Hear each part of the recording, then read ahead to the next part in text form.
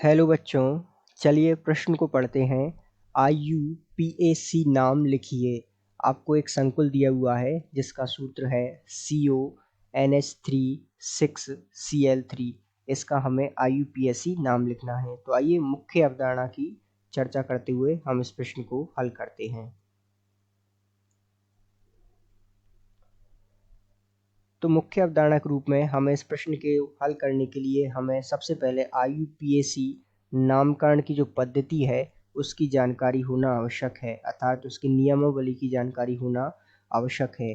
अब आइए हम जो है इसका नाम लिखते चलेंगे और IUPAC नामकरण की जो पद्धति है उसकी नियमावली की चर्चा करते हुए चलेंगे। तो सबसे पहले किसका नाम लिखा जाता है? तो सबसे पहले जो है लिगेंड का नाम लिखा जाता है। तो आइए सबसे पहले हम इसका सूत्र लिखते हैं CONH3 6 और ये दिया हुआ है Cl3।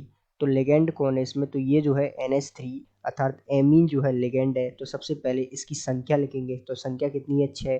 6 को लिखते हैं हेक्सा और फिर लिखेंगे लिगेंड का नाम जो कि हुआ है एमीन। तो हेक्सा एमीन। अब किसका लिखेंगे? तो धातु का नाम लिखेंगे। तो यहाँ सबसे पहले कौन दिया हुआ है? धातु संकुल है, अर्थात केंद्रीय धातु संकुल है CO कोबाल्ट। तो लिखेंगे कोबाल्ट।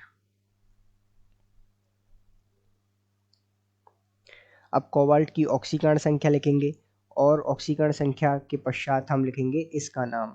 तो ये दिया हुआ है हमें क्लोराइड।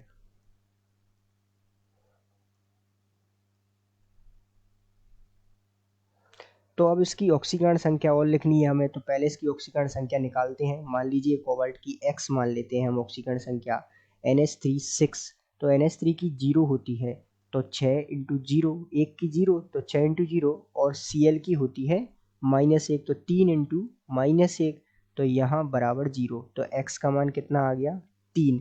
तो यहाँ हम लिखेंगे 1 2 3। तो इस प्रकार जो है इसकी ऑक्सीकरण संख्या इस प्रकार कोष्टक में लिखेंगे। तो इसका नाम क्या हो गया? Hexa amine cobalt third chloride. तो ये जो है इसका IUPAC नामकरण होगा। आशा करते हैं आपको समझ आया होगा। धन्यवाद।